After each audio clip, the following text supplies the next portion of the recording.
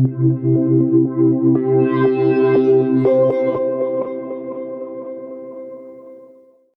Plague by Albert Camus. Literary Quotes. The following video content presents and discusses literary quotes crafted to enhance your academic study, deepen literary analysis, and inspire your writing. If you're interested in Albert Camus's philosophy quotes, click the link below or explore our channel's philosophy series. Albert Camus' The Plague is a powerful allegorical novel that explores the human condition through the lens of an epidemic that strikes the town of Oran. Set in the 1940s, the novel follows a community grappling with the sudden outbreak of a deadly plague, which soon forces its residents into a state of quarantine. Through the experiences of Dr. Rieux, Jean Taroux, and other key characters, Camus delves into themes of human resilience, solidarity, and the absurdity of existence. As the inhabitants of Oran face the slow, relentless spread of disease, they are compelled to confront both the limitations of their understanding and the meaning of their collective struggle against an indifferent fate. Quote 1. The unusual events described in this chronicle occurred in 194, at Oran. Everyone agreed that, considering their somewhat extraordinary character, they were out of place there. This quote introduces the setting of the story, the town of Oran, and establishes an ominous tone. It hints that the events to follow will be strange and disrupt the normalcy of the town, which is depicted as typically uneventful and ordinary. The vagueness of the time period adds to the suspense, suggesting that what happens in Oran will have significance beyond just its specific time and place. Quote 2. What is more exceptional in our town is the difficulty one may experience there in dying. This sentence highlights Oran's harsh environment, not only in life, but also in death. The town is depicted as indifferent to illness and death, with a setting that lacks comfort or compassion for the dying. It foreshadows the central theme of the story, the struggle against death, particularly in the form of the plague that will soon strike. Quote 3. Our citizens work hard, but solely with the object of getting rich. Their chief interest is in commerce, and their chief aim in life is, as they call it, doing business. Here, Camus critiques the materialistic and business-driven nature of Oran's citizens. They are portrayed as lacking deeper meaning in their lives, preoccupied only with profit and routine. This serves as a backdrop for the coming plague, which will challenge these shallow priorities and force the inhabitants to confront existential questions. Quote 4. It was a dead rat lying in the middle of the landing. The discovery of a dead rat marks the first physical sign of the coming plague. The rat symbolizes death and decay, and its appearance in an unexpected place signals the disruption of normal life. The fact that this event is initially dismissed shows how unprepared the town is for the catastrophe about to unfold. Quote 5. For lack of time and thinking, people have to love one another without knowing much about it. This quote reflects the hurried and superficial nature of relationships in Oran. The lack of depth in human connections mirrors the town's overall sense of routine and monotony. This observation becomes poignant as the plague forces the characters to rethink their relationships and what it means to truly connect with others. Quote 6. The old man was sitting up, bending his neck back, gasping and wheezing in his efforts to recover his breath. This image of the old man struggling to breathe foreshadows the suffocating nature of the plague. It is a metaphor for how the people of Oran, like the rats and the dying man, will soon be gasping for life as they face the relentless spread of disease. The struggle for breath becomes symbolic of the human struggle for survival. Quote 7. They're coming out. Have you noticed? This statement, referring to the rats, encapsulates the growing awareness of something wrong in the town. It marks a turning point in the story where the presence of death, first symbolized by the rats, becomes undeniable. The rats serve as a warning of the danger that is about to overtake the human population. Quote 8.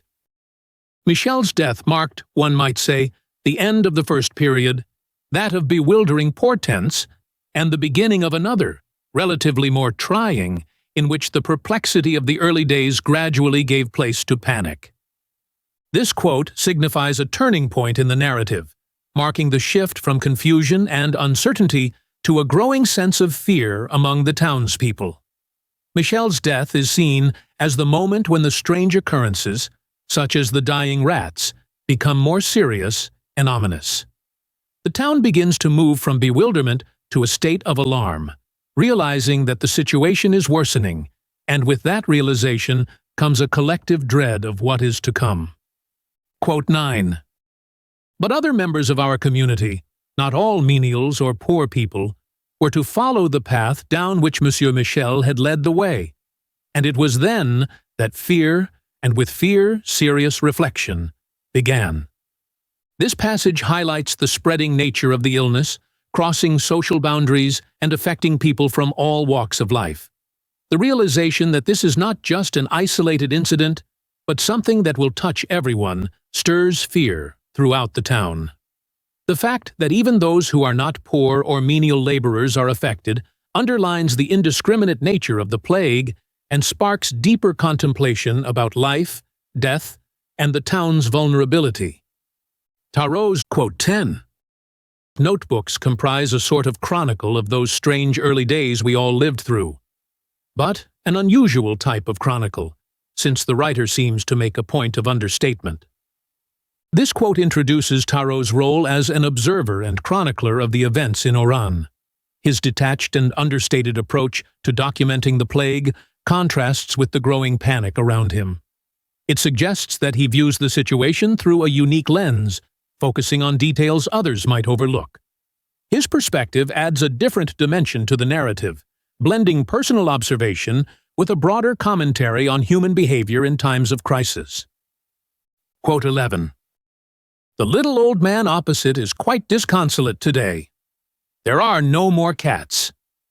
The absence of cats, which once filled the streets, is a metaphor for the absence of normalcy and the disruption caused by the plague. The old man's distress over their disappearance reflects how the town's inhabitants begin to feel the emotional weight of the changing environment. Small, everyday comforts that once provided stability vanish, leaving behind an eerie sense of loss that foreshadows the deeper losses to come. Quote 12. On returning to his apartment, Rieux rang up the medical stores depot for the district. In his professional diary for the day, the only entry was, negative reply. This moment of helplessness, where Rieux receives no support or supplies from the medical stores, underscores the growing severity of the situation. Despite his efforts to treat the sick, he is confronted with a lack of resources, signaling that the town is ill-prepared for what is rapidly becoming an epidemic. This scene emphasizes the mounting obstacles in fighting the plague and Rieux's increasing frustration and concern. Quote 13. For rats died in the street, men in their homes, and newspapers are concerned only with the street. This quote captures the shift in focus from the rats, which had initially shocked the town, to the human victims of the plague. The distinction between public and private suffering reflects how the townspeople and media prioritize visible, collective problems over more intimate, hidden ones. The comparison suggests that, while the rats' deaths were a spectacle, the human toll is quietly devastating, unfolding behind closed doors and largely ignored by public discourse. Quote 14. The word plague had just been uttered for the first time. This quote marks a pivotal moment in the story, where the gravity of the situation is acknowledged, although hesitantly. The use of the word plague shatters the denial that had been permeating the town. It forces the characters to confront the reality of what is happening, no longer able to hide behind euphemisms or hope that the situation is merely a temporary disturbance. The word itself carries historical weight, evoking images of death and devastation, and signifies that the town is entering a period of crisis. Quote 15. There have been as many plagues as wars in history, yet always plagues and wars take people equally by surprise. This quote reflects on the human tendency to be caught off guard by catastrophic events, despite their recurring presence throughout history. The narrator points out that while war and pestilence are common, people never expect them to happen in their own time or place. This surprise reveals a sense of complacency, where individuals believe themselves exempt from the tragedies of the past. The quote underscores a theme of inevitability, reminding the reader that disasters like the plague are an inherent part of human existence. Quote 16. A pestilence isn't a thing made to man's measure. Therefore, we tell ourselves that pestilence is a mere bogey of the mind, a bad dream that will pass away. This passage explores the idea that humans are ill-equipped to fully grasp the scale and randomness of a pestilence. The plague, in its vastness and destructiveness, is beyond the ordinary human experience, leading people to dismiss it as an abstraction or something that cannot happen to them. This denial creates a false sense of security, leaving them unprepared for the harsh reality that the plague brings, which challenges their belief in human control and progress. Quote 17. He remembered the plague at Constantinople that, according to Procopius, caused 10,000 deaths in a single day. Here, Dr. Ryu recalls historical plagues to put the current situation into perspective. The reference to Procopius and the ancient plague of Constantinople illustrates the scale of death that has accompanied plagues throughout history. Ryu's musings show his awareness of the enormity of the threat, but also reflect a sense of helplessness, as such numbers are almost incomprehensible. This comparison serves as a grim reminder that what they are facing has precedent, and history has shown the devastating toll a plague can take. Quote 18. They fancied themselves free, and no one will ever be free so long as there are pestilences. This quote emphasizes a central existential theme in the novel: the illusion of human freedom. The townspeople, like most people, believe they are in control of their lives and free to make their own choices. However, the arrival of the plague reveals the fragility of that freedom, showing that larger forces, like disease, can strip away autonomy at any moment. This idea resonates with the novel's broader philosophical exploration of human limitations in the face of suffering and death. Quote 19. If not, one would know it anyhow for what it was, and what steps should be taken for coping with and finally overcoming it. This quote reflects Dr. Ryu's pragmatic and determined approach to confronting the plague. While others may still be in denial or hoping the situation will resolve itself, Ryu advocates for a clear-eyed recognition of the reality they are facing. He believes that acknowledging the truth, even if grim, is the first step toward overcoming the plague. His attitude symbolizes the novel's exploration of human resilience and the importance of facing difficult truths head-on in the fight against suffering. Quote 20. Everybody knows that pestilences have a way of recurring in the world, yet somehow we find it hard to believe in ones that crash down on our heads from a blue sky. This quote encapsulates the theme of human denial in the face of disaster. The townspeople of Oran, like many others, are aware of historical plagues, but they struggle to accept that such a catastrophe could happen to them. The imagery of the blue sky suggests that the plague's arrival is unexpected and disrupts their sense of security. It emphasizes the universal human tendency to believe that certain calamities are distant, even when history proves otherwise. Quote 21. The regulations now in force were inadequate. The only hope was that the outbreak would die a natural death. It certainly wouldn't be arrested by the measures the authorities had so far devised. This passage reflects the helplessness of the authorities and medical professionals in containing the plague. Despite their efforts, the measures in place are insufficient to stop the spread of the disease, and they must rely on the hope that the outbreak will subside on its own. The quote illustrates the gap between human control and the unpredictable force of nature, highlighting the limitations of human intervention in the face of such a crisis. Quote 22. Throughout the day, the doctor was conscious that the slightly dazed feeling that came over him whenever he thought about the plague was growing more pronounced. Finally, he realized that he was afraid. This moment marks a turning point for Dr. Rieu, who, despite his professionalism, confronts his own fear as the plague worsens.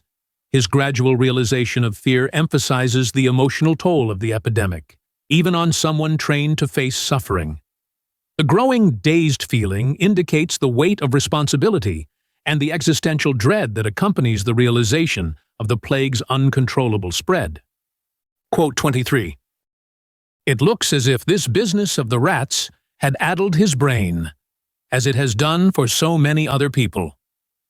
This observation about Cotard suggests the psychological impact that the plague is having on individuals beyond its physical toll. The sudden appearance of the rats, signaling the onset of the plague, has not only affected people's health, but also their mental stability. The notion that the business of the rats has addled people's minds symbolizes the broader disorientation and fear gripping the town as the plague takes hold. Quote 24. The epidemic seemed to be on the wane. On some days, only 10 or so deaths were notified. Then, all of a sudden, the figure shot up again, vertically. This quote captures the unpredictable nature of the plague's progression. The temporary decrease in deaths gives the townspeople a false sense of hope, only for the situation to worsen dramatically. The sudden spike in the death toll reflects the erratic and uncontrollable behavior of the disease, reinforcing the theme of uncertainty and the illusion of safety that can be shattered at any moment. Quote 25. Proclaim a state of plague. Stop. Close the town. This command signals the official acknowledgement of the plague and the drastic measures required to contain it. The closing of the town represents the moment when the authorities can no longer deny the severity of the situation. The terse and decisive nature of the statement underscores the gravity of the crisis and the necessity of isolating the town to prevent further spread, marking a critical shift in the story's atmosphere. Quote 26. Thus, the first thing that plague brought to our town was exile. This quote highlights the emotional and psychological impact of the plague. The people of Oran experience a form of exile, not from a distant land, but within their own homes and town. The isolation from loved ones and the uncertainty of the future create a profound sense of displacement and separation. The word exile conveys the loneliness and alienation felt by the townspeople as they are cut off from their normal lives and connections, forced to endure the plague in a state of internal exile. Quote 27. From now on, it can be said that plague was the concern of all of us. This marks a shift in the narrative where the plague becomes a collective burden rather than just an individual issue. The townspeople, previously going about their lives in relative isolation from the growing crisis, now must recognize that the plague affects everyone. This realization leads to a new sense of shared fate and responsibility, as the entire community must adapt to the harsh realities imposed by the epidemic. The statement underscores the universality of the human experience in times of crisis. Quote 28. Even the small satisfaction of writing letters was denied us. The inability to communicate with the outside world intensifies the sense of isolation. Writing letters, a simple act of connection, is forbidden out of fear that they might carry the infection. This quote emphasizes the severity of the quarantine measures and how they strip away even the most basic comforts, leaving the townspeople entirely cut off from their loved ones. The deprivation of communication becomes another way in which the plague disrupts their lives and deepens their sense of helplessness. Quote 29. And in the long run, to these sterile, reiterated monologues, these futile colloquies with a blank wall, even the banal formulas of a telegram came to seem preferable. This passage reflects the exhaustion and futility felt by the townspeople as they attempt to maintain connections with the outside world. Their repeated attempts to write meaningful letters turn into empty, mechanical efforts. The inability to receive replies or know if their messages have been received reduces their words to sterile and futile exchanges.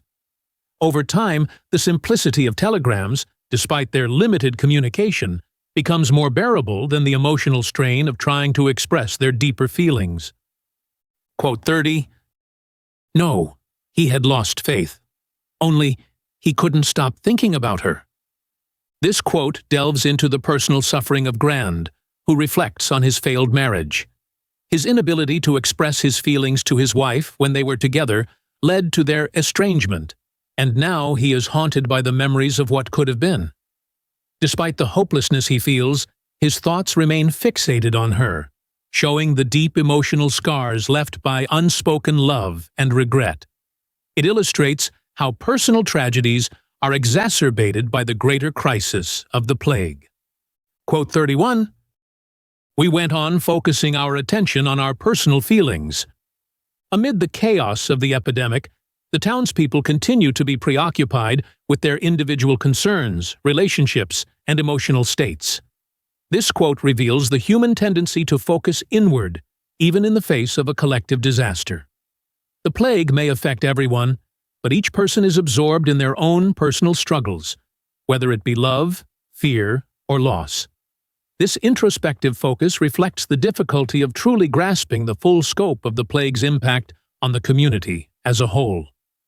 Quote 32. Yes, an element of abstraction, of a divorce from reality, entered into such calamities. Still, when abstraction sets to killing you, you've got to get busy with it. This quote reflects the surreal and detached nature of the plague's impact. The abstraction here refers to how the overwhelming scope of the epidemic makes it hard to grasp on a personal, emotional level. Despite this detachment, Rio acknowledges that they cannot afford to stay removed from the reality of the situation.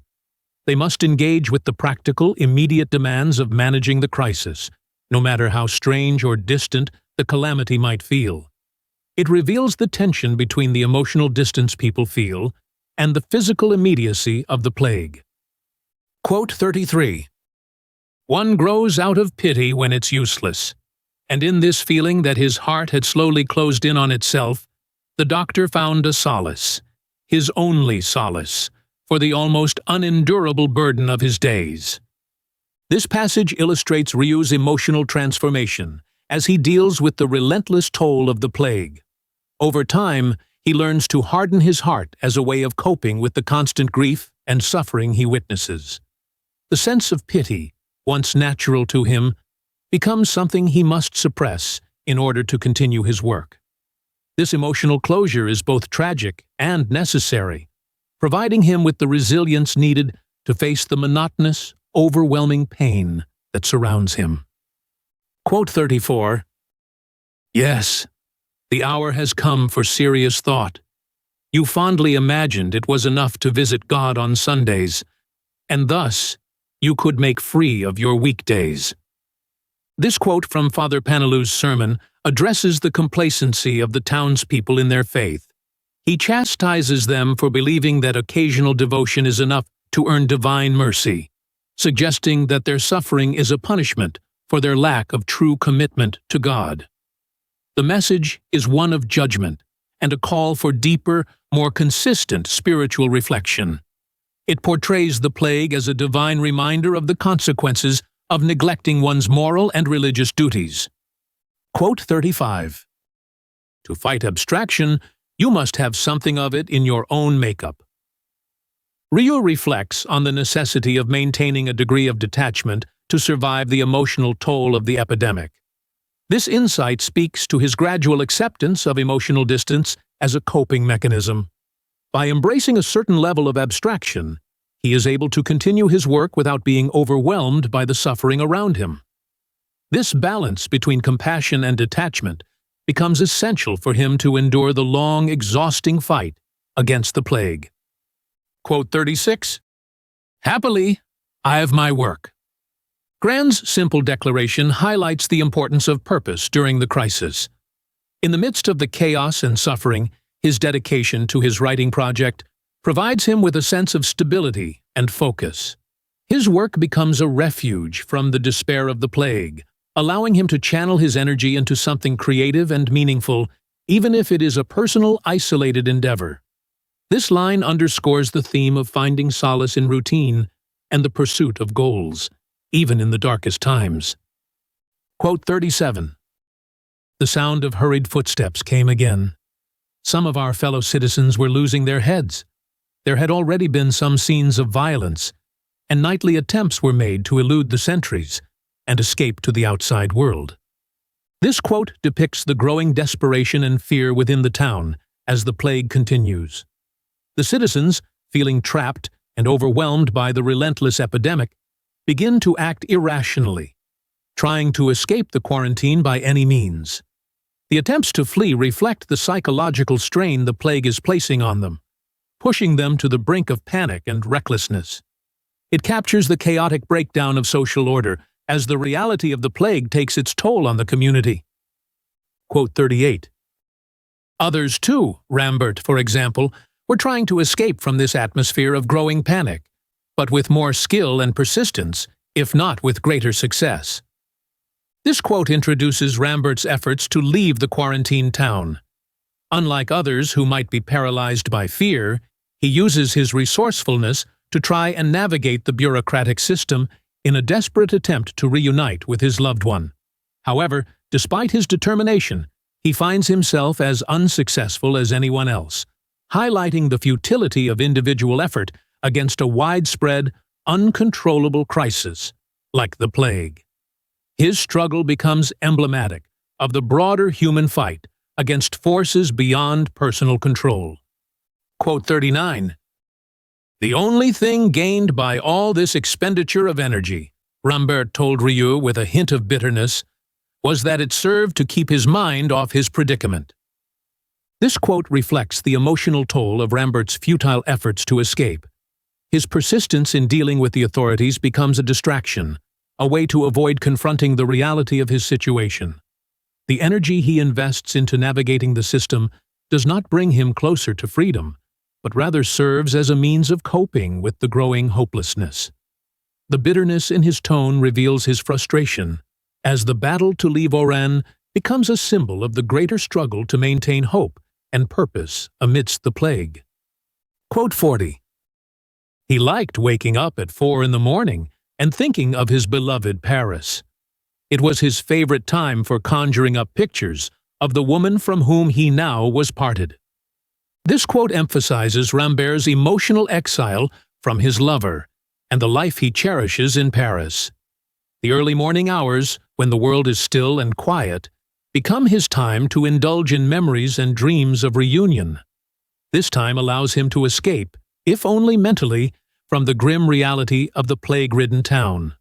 His attachment to these memories serves as a coping mechanism, revealing how people cling to personal connections and past joys when faced with prolonged separation and suffering. Quote 41. In the heat and stillness, and for the troubled hearts of our townsfolk, anything, even the least sound, had a heightened significance. This passage captures the oppressive atmosphere in Oran as the plague continues. The heat and stillness heighten the townspeople's anxiety, making them hypersensitive to even the smallest disturbances. The quiet amplifies their inner turmoil as the absence of normal activity turns the town into a tense, haunted space. The sensory details, the heat, silence, and occasional sounds underline the physical and emotional strain the residents endure, revealing how the plague alters not only their external environment, but also their mental state. Quote 42.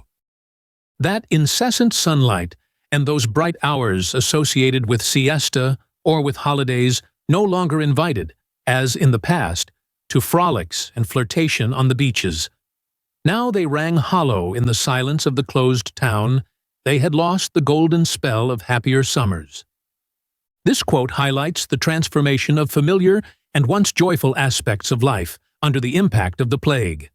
The sunlight and summer, previously linked with leisure and pleasure, now seem meaningless and oppressive in the context of widespread suffering. The normal rhythms of life are suspended, and the things that once brought happiness feel empty and devoid of their former charm. This shift symbolizes how the plague has robbed the town of not just life, but also its spirit. leaving only a hollow existence in its wake. Quote 43. It is in the thick of a calamity that one gets hardened to the truth. In other words, to silence. This reflection suggests that in times of prolonged disaster, people become desensitized to the suffering and horror around them. The truth here refers to the harsh reality of the situation, which is accompanied by a growing numbness. As the calamity drags on, individuals stop reacting with the same intensity to loss and hardship. The silence represents both the emotional deadening and the inescapable acceptance of the circumstances. It reveals the bleak adaptation people undergo in the face of relentless adversity. Quote 44. Do you believe in God, Doctor? This question from Tarot opens a philosophical discussion with Dr. Ryu about faith and the struggle against suffering. Ryu's answer, stating that he doesn't believe in God but continues to fight against suffering, reveals his deep moral conviction and commitment to alleviating human pain, regardless of divine belief. It shows that his devotion to his profession is grounded not in religion, but in his duty to humanity. The exchange reflects the broader theme of existentialism in the novel, where human effort is portrayed as valuable even in a seemingly indifferent or meaningless universe. Quote 45. If I believed in an all-powerful God, I would cease curing the sick and leave that to him. Here, Ryu explains why his lack of belief in an omnipotent God fuels his commitment to his medical work. His rationale is that if such a God existed, human intervention would be unnecessary. His rejection of passive reliance on divine will underscores his belief in human action and responsibility in the face of suffering. It reveals a key aspect of his character, his insistence on fighting against death and disease, not because he expects ultimate success, but because it is the ethical thing to do. Quote 46. Since the order of the world is shaped by death, mightn't it be better for God if we refuse to believe in him and struggle with all our might against death? Ryu poses this challenging idea to Tarot, suggesting that resisting death and suffering might be the most moral action, even if it means rejecting belief in a God who allows such suffering. This statement highlights the tension between faith and reason, and between accepting the world as it is and fighting to change it. Ryu's struggle against death becomes a form of rebellion against a universe governed by mortality, and this resistance becomes a way to affirm human dignity in the face of inevitable defeat. Quote 47. Yes, a never-ending defeat. This brief but powerful statement sums up Ryu's view of his fight against the plague. He acknowledges that his efforts will never lead to a final victory over death, but he refuses to abandon the struggle. His acknowledgement of constant defeat reflects a central theme of the novel. The human condition is one of continual loss, yet there is honor and meaning in persisting. Ryu's perseverance despite the inevitability of failure speaks to the courage required to confront life's harsh realities without retreating into despair. Quote 48. Who taught you all this, Doctor? Suffering.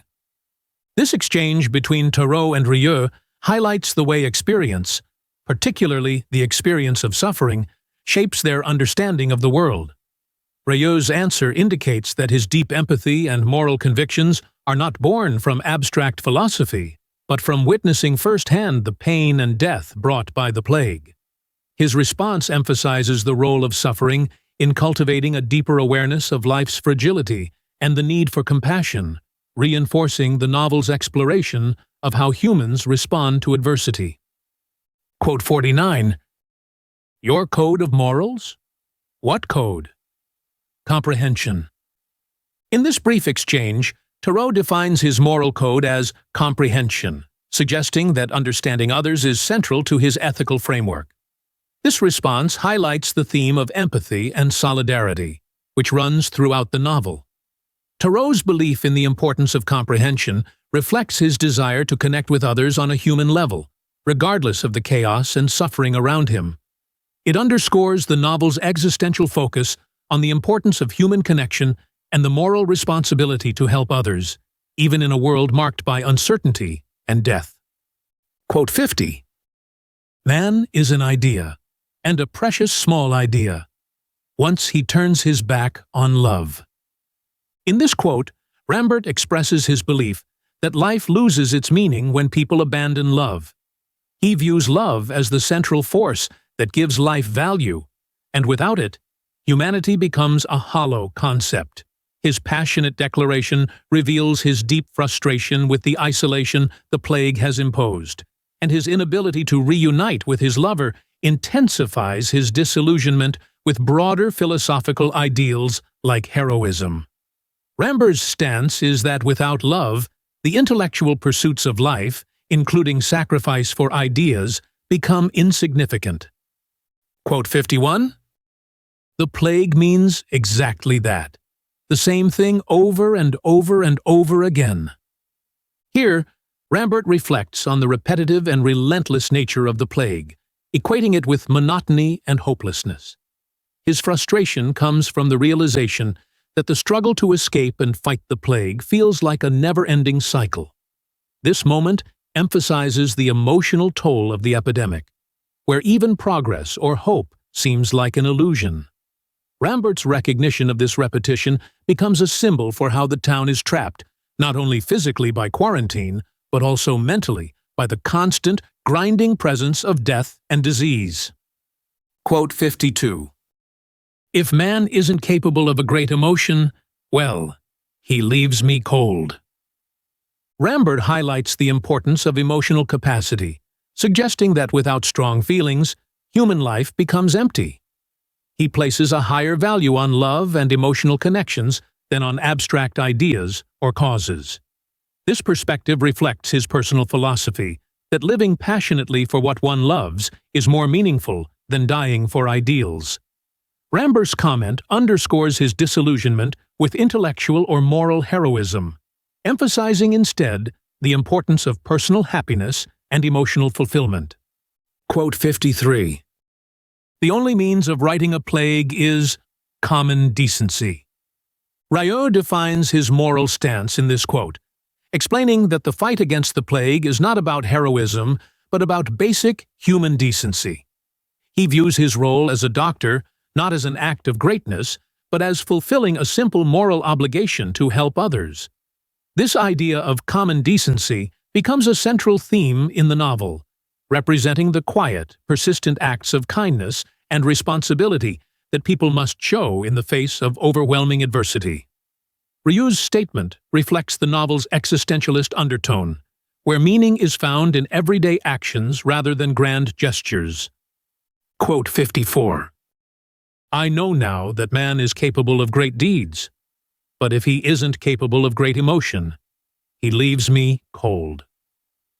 Rambert's reflection contrasts human action with emotion, stating that while people may be capable of heroic actions, without the capacity for deep emotional experience, such deeds lack significance. His disappointment with humanity stems from what he sees as a failure to truly feel or love, suggesting that intellectual or moral achievements without emotional depth are ultimately unsatisfying. This quote encapsulates his internal struggle with the broader existential themes of the novel, where he grapples with finding meaning in love versus ideas. Quote 55. It's not a question of heroism in all this. It's a matter of common decency. Rieu repeats the idea that his work during the plague is driven not by a desire for recognition or heroism, but by a simple sense of duty. His focus on common decency emphasizes the novel's message that goodness lies in small, everyday acts of responsibility and care for others. By stripping away the notion of heroism, Rieu brings the moral focus of the novel to the essential humanity of individuals working together against a shared catastrophe. This idea underlines the existential theme of creating meaning through action in a seemingly indifferent world. Quote 56. No longer were there individual destinies, only a collective destiny, made of plague and the emotions shared by all. This quote reflects the overwhelming nature of the plague, which erases individual stories and replaces them with a shared, collective experience. As the disease ravages the town, personal ambitions, desires, and struggles fade into the background, leaving only the common reality of fear, suffering, and isolation. The sense of a collective destiny illustrates how the plague unites everyone under the same grim fate, regardless of their previous identities or circumstances, forcing the entire population to confront their shared vulnerability. Quote 57. The plague launched its most virulent attacks on those who lived, by choice or by necessity, in groups: soldiers, prisoners, monks, and nuns. This observation highlights how communal living, which often symbolizes safety, connection, and support, becomes a liability during the plague. Those who live in groups, whether by choice, monks, nuns, or by circumstance, soldiers, prisoners, are particularly susceptible to the disease's rapid spread. This reflects the plague's ability to turn even the most fundamental aspects of human society, community and solidarity, into sources of danger, emphasizing the isolation and breakdown of social structures during the epidemic. Quote 58. But there was darkness also in men's hearts, and the true facts were as little calculated to reassure our townsfolk as the wild stories going round about the burials. This quote delves into the internal emotional state of the townspeople, revealing how the darkness in their hearts mirrors the external horrors of the plague. Despite efforts to control the situation with facts and rational explanations, the fear and uncertainty lead to wild stories and rumors, which only deepen the emotional turmoil. This darkness reflects the psychological strain caused by both the physical threat of the plague and the emotional burden of dealing with death and isolation on such a massive scale. Quote 59. Formalities had been whittled down, and, generally speaking, all elaborate ceremonial suppressed. This line describes the reduction of traditional funeral rites due to the overwhelming death toll of the plague. The once personal and sacred rituals of mourning are now replaced by hasty, impersonal burials. This suppression of ceremony represents how the plague dehumanizes death, stripping it of dignity and reducing it to a bureaucratic process. The loss of these rituals further alienates the townspeople from their loved ones, as they are deprived of the normal means of closure and grieving. Quote 60. The habit of despair is worse than despair itself. Rieux's reflection captures the deep existential weariness that has settled over the town.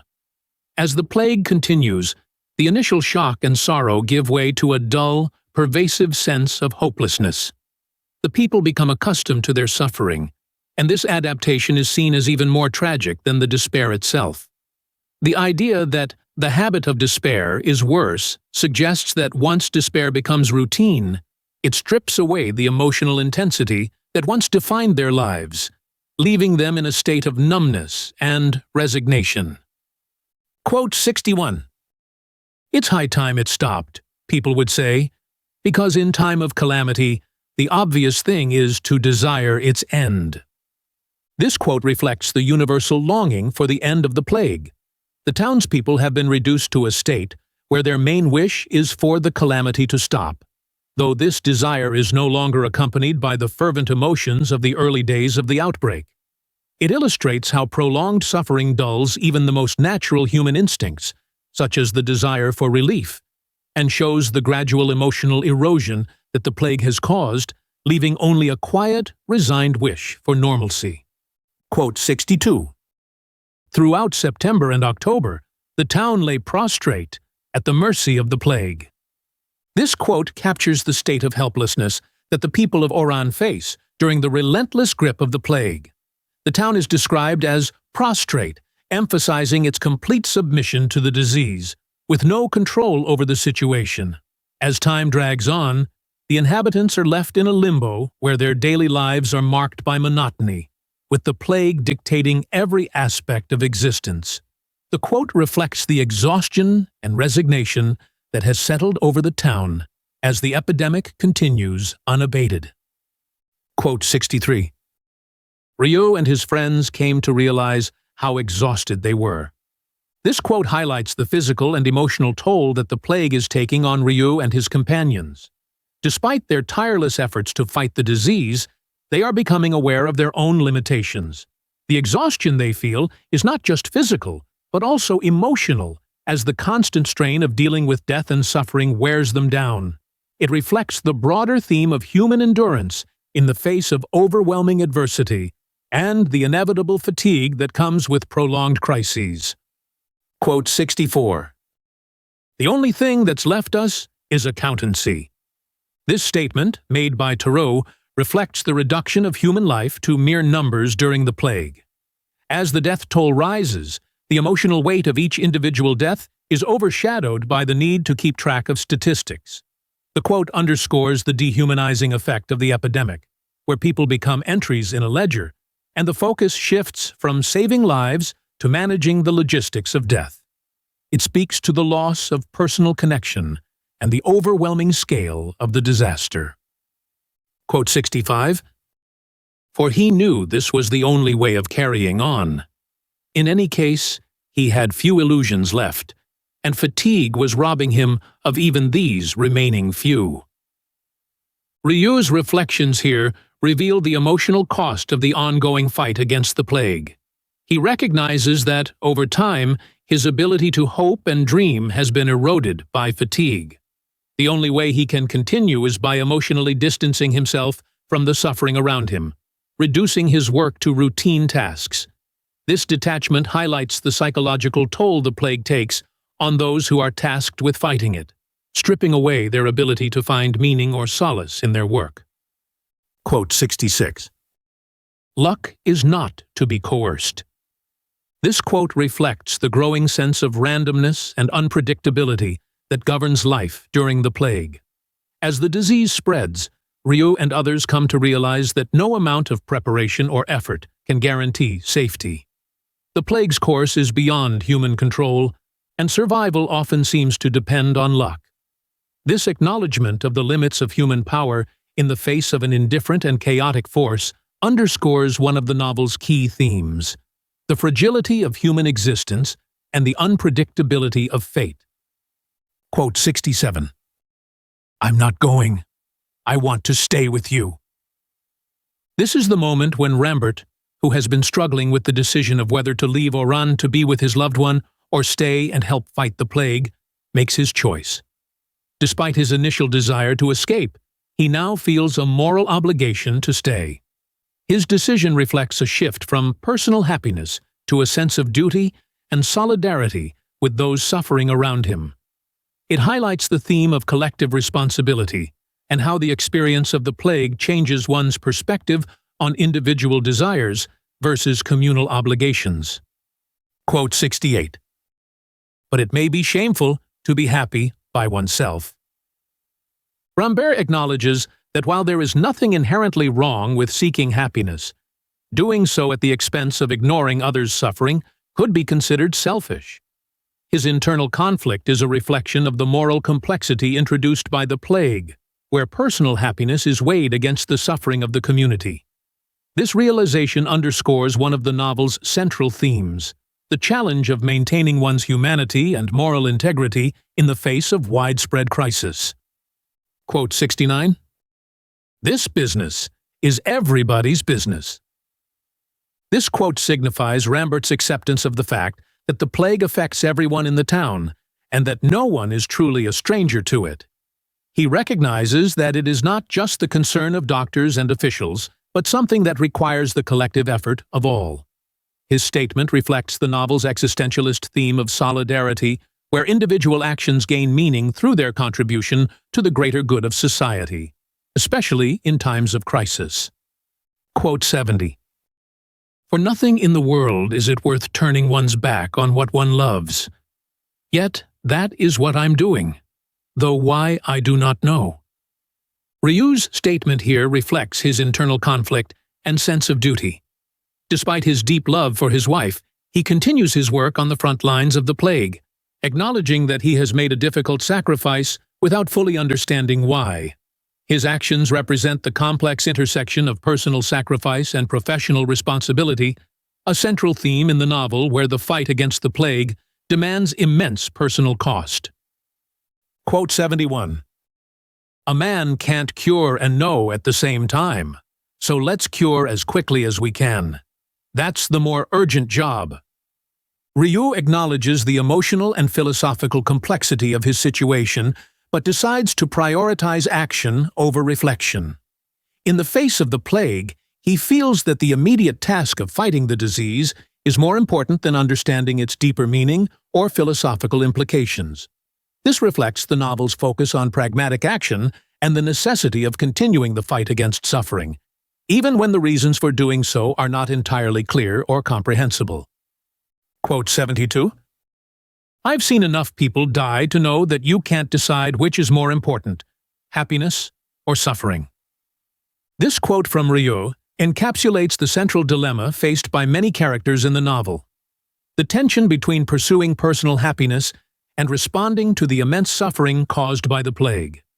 Ryu's experience as a doctor has made him acutely aware of the limits of human control over life and death, and his statement reflects the novel's existential theme that both happiness and suffering are intrinsic parts of life, neither of which can be easily prioritized over the other.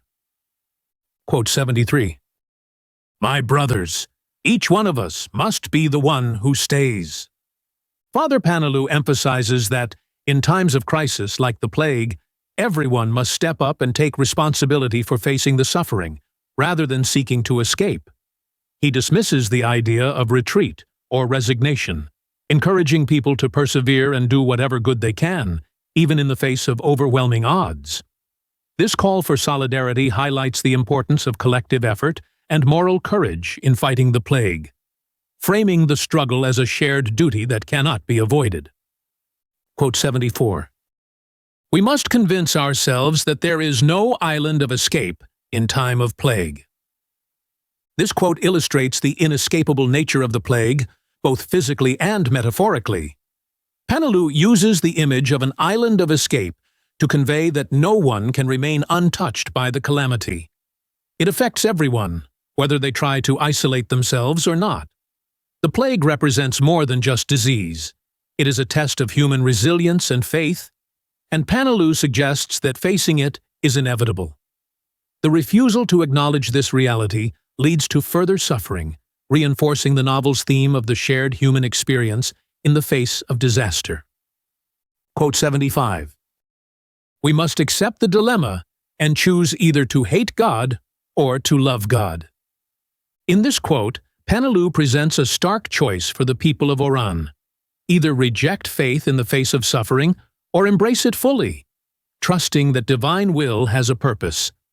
This theological dilemma speaks to the core struggle many characters face during the plague: how to reconcile faith with the horrors they witness. Panelu encourages his congregation to choose love, despite the inexplicable suffering, especially that of innocent children.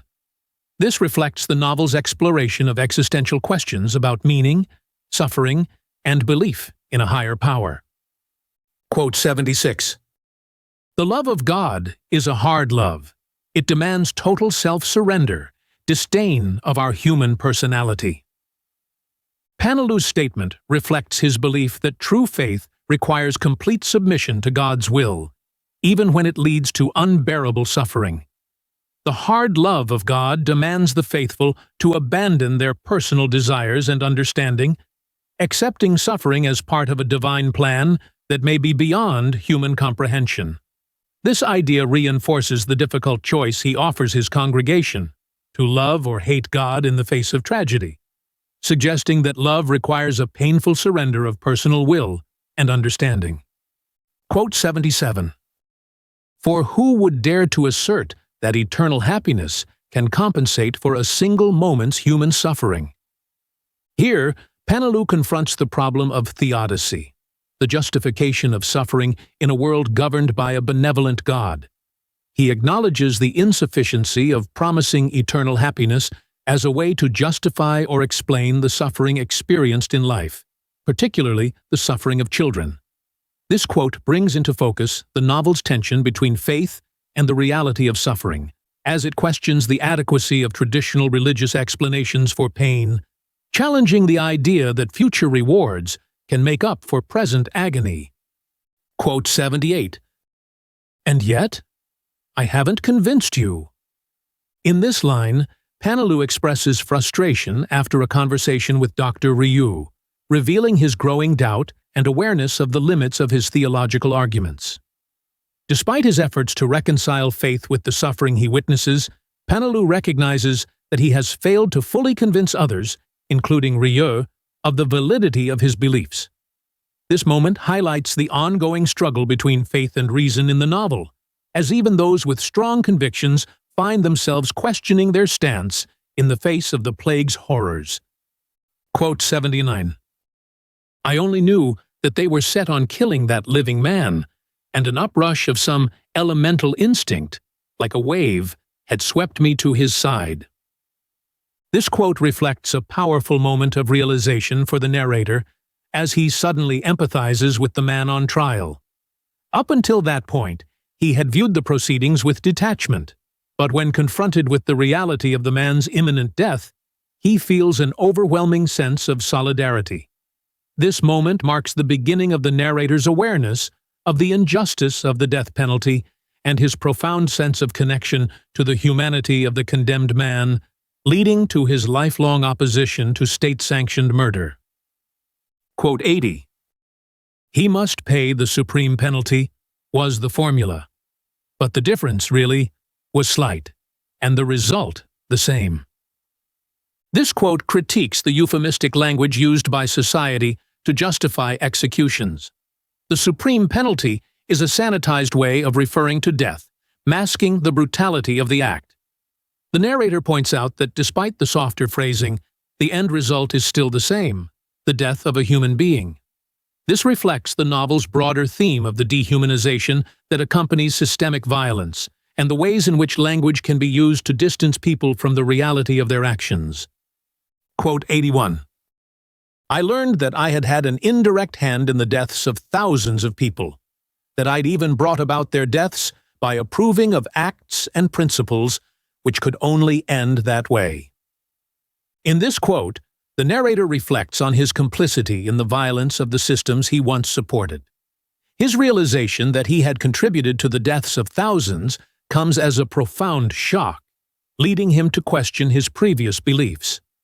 This marks a turning point in his moral evolution, as he begins to understand that even well-intentioned actions can have deadly consequences. It underscores the novel's exploration of moral responsibility and the complexity of making ethical decisions in a flawed world. Quote 82. Each of us has the plague within him. No one on earth is free from it. This quote captures a central theme of the novel, the universality of human flaws and the potential for harm that resides within every person. The plague, both literal and metaphorical, represents the capacity for cruelty, violence, and indifference that exists in all humans. The narrator's acknowledgement that no one is entirely free from the plague suggests that the struggle to do good is ongoing and requires constant vigilance. It emphasizes the novel's existential message that humans must take responsibility for their actions and strive to minimize the harm they cause. Quote 83. It's still more wearying to refuse to be it. That's why everybody in the world today looks so tired. Everyone is more or less sick of plague. This quote reflects the exhaustion that comes with the constant effort to resist the plague of indifference and violence. The narrator recognizes that while living with the plague is exhausting, actively fighting against it, by striving to be moral and compassionate, is even more tiring. This observation speaks to the pervasive weariness of modern life, where the struggle to maintain one's humanity in a world filled with suffering and cruelty can feel overwhelming. Yet, the narrator suggests that this struggle is necessary if one is to live with integrity. Quote 84. There are pestilences and there are victims, no more than that. This quote simplifies the narrator's moral philosophy, distilling the world into two categories: those who spread suffering, the pestilences, and those who suffer, the victims. His goal is to align himself with the victims, to resist contributing to the harm done by the pestilences of the world. This binary understanding reflects his deep commitment to reducing harm and his rejection of any justification for causing suffering, no matter how noble the cause. It highlights the novel's theme of moral clarity in the face of ethical complexities. Quote 85. Though this sudden setback of the plague was as welcome as it was unlooked for, our townsfolk were in no hurry to jubilate. This quote reflects the cautious optimism of the townspeople as they observe a decline in the plague. While they are relieved that the disease seems to be retreating, they are hesitant to celebrate prematurely, having learned the harsh lessons of the previous months. This restrained response highlights the emotional toll of the prolonged epidemic, as the people remain wary of potential false hope and further suffering. Quote 86. But generally speaking, the epidemic was in retreat all along the line. The official communiques, which had at first encouraged no more than shadowy, half-hearted hopes, now confirmed the popular belief that the victory was won. This quote marks a turning point in the narrative, as the plague's retreat becomes more definitive. The townspeople, who had been clinging to uncertain hope, now feel more confident that the worst is behind them. The use of military language, such as victory and retreat, underscores the ongoing battle-like nature of their struggle against the plague, suggesting that the disease had been an enemy they had finally managed to push back. Quote 87. Once the faintest stirring of hope became possible, the dominion of the plague was ended. This quote emphasizes the power of hope in overcoming the psychological grip of the plague. Even as the epidemic continues, the mere possibility of an end begins to restore a sense of freedom and optimism. The quote suggests that hope is not just a reaction to the physical decline of the disease, but is itself a force that breaks the emotional and mental hold the plague had on the community. The quote 88. Thus, though for weary months and months they had endured their long ordeal with dogged perseverance, the first thrill of hope had been enough to shatter what fear and hopelessness had failed to impair. This quote captures the paradoxical nature of hope, showing how it can both inspire and destabilize. After enduring the relentless suffering of the plague, the introduction of hope brings about an almost overwhelming response in some people, leading them to act impulsively, such as attempting to escape. It reveals how the prolonged endurance of hardship builds emotional walls, which are quickly torn down once the possibility of relief appears. Quote 89.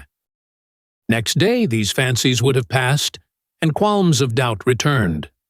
But for the moment the whole town was on the move, quitting the dark, lugubrious confines where it had struck its roots of stone, and setting forth at last, like a shipload of survivors, toward a land of promise. This metaphor compares the town's tentative emergence from the plague to survivors setting sail for a better future.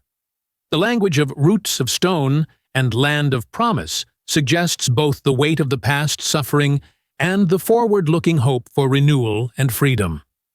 The quote illustrates the shift in the town's collective mood as the end of the plague begins to feel real, even if tempered by lingering doubts. Quote 90. True, in some houses the shutters remained closed, and those within listened in silence to the joyful shouts outside.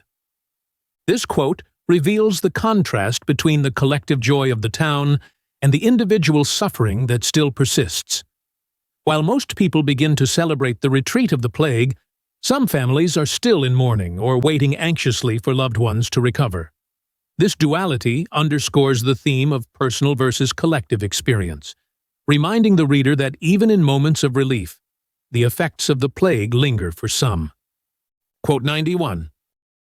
I don't want to die, and I shall put up a fight. But if I lose the match, I want to make a good end of it. This quote captures Tarot's determination to fight for his life, while simultaneously confronting the possibility of death with courage. He acknowledges the uncertainty of his survival, but emphasizes his desire to face whatever comes with dignity. Thoreau's words reflect his strong moral character and his acceptance of the reality that, despite his best efforts, he may not win against the plague. His statement speaks to the broader themes of mortality and human resilience that pervade the novel. Quote 92. To become a saint, you need to live, so fight away. Here, Rio encourages Thoreau to keep fighting for his life, intertwining survival with the quest for moral goodness. The idea that one must live in order to achieve sainthood reflects the novel's existential themes, where actions taken in life define one's moral standing. Rio's words also carry an underlying plea for Thoreau to persevere, suggesting that it is through the struggle of living, rather than death, that true virtue is realized. Quote 93. The only way in which he might help was to provide opportunities for the beneficence of chance, which too often stays dormant unless roused to action. Rio recognizes that, despite his medical expertise, much of what happens to his patients, including Thoreau, is left to chance. This quote highlights the limitations of human control and the unpredictability of life and death during the plague. It reflects the novel's theme of existential uncertainty, where even the most well-intentioned actions can be thwarted by forces beyond one's control. Rio's acknowledgement of luck as a factor in survival underscores the randomness of life amidst the chaos of the epidemic. Quote 94.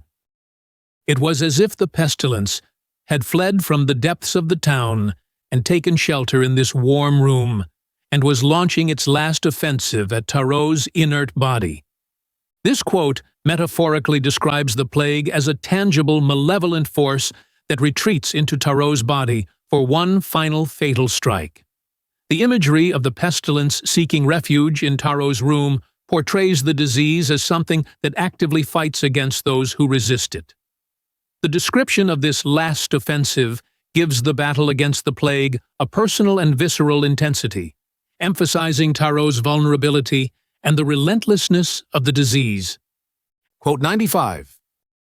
And thus, when the end came, the tears that blinded Rio's eyes were tears of impotence, and he did not see Thoreau roll over, face to the wall, and die with a short, hollow groan. This quote marks Thoreau's death, a moment that overwhelms Rio with feelings of powerlessness. The tears in Rio's eyes reflect not just sorrow, but also frustration at his inability to save his friend despite all his efforts. Thoreau's quiet, understated death is depicted as inevitable and anticlimactic, underscoring the novel's themes of human frailty and the inescapability of death, even for those who fight valiantly against it. Quote 96. The silence now enveloping his dead friend, so dense, so much akin to the nocturnal silence of the streets and of the town set free at last, made Rio cruelly aware that this defeat was final. This quote illustrates the deep sense of finality that Rio experiences after Thoreau's death. The silence that follows his passing is compared to the quiet of the town as the plague recedes, emphasizing that while the epidemic may be ending, the loss of life remains permanent. Rio's realization of this final defeat reflects the broader existential despair in the novel, where even victory over the plague cannot undo the personal losses suffered along the way. Quote 97. The plague had not yet ended. This quote emphasizes that while the townspeople celebrate the retreat of the plague, for those who lost loved ones, the suffering continues. The emotional toll of bereavement lingers even after the physical danger has passed. The contrast between public joy and private grief reflects the novel's theme that recovery is not uniform.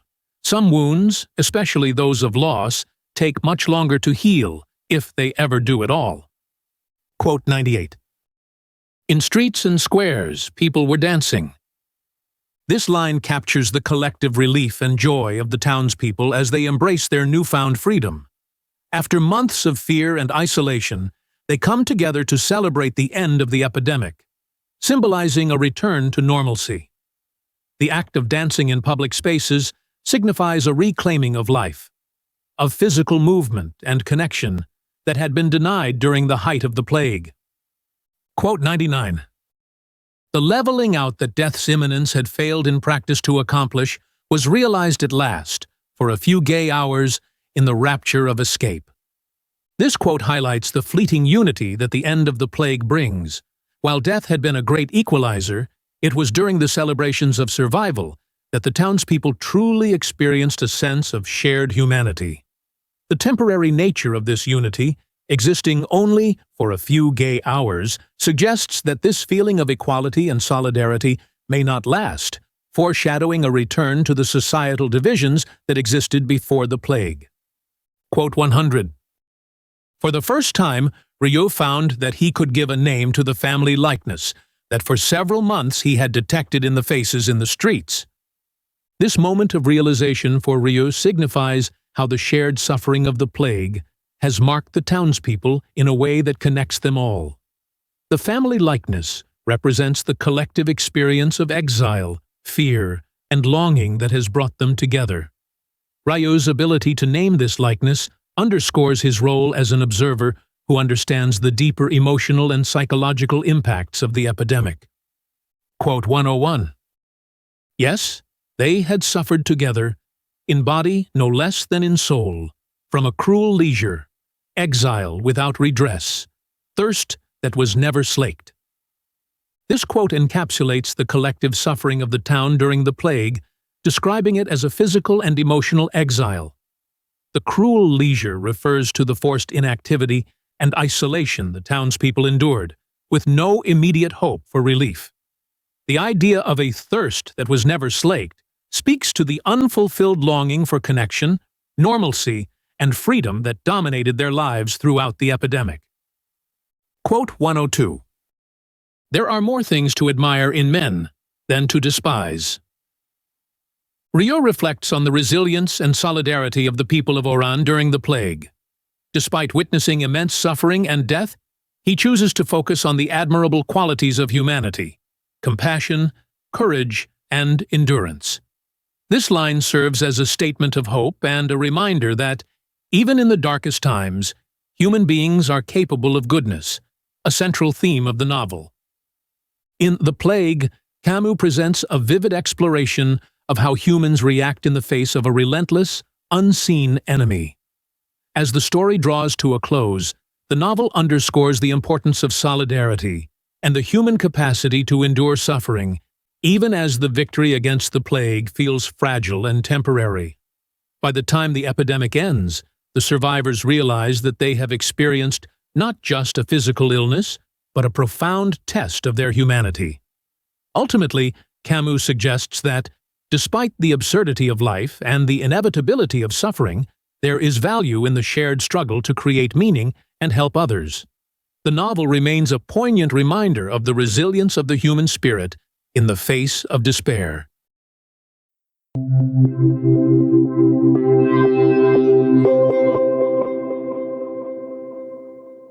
Curious to dive into the mind of Albert Camus? With StudyLab Pro's Book GPT, it's possible. Ask questions, explore themes, and discover the depths of The Plague in an entirely new way.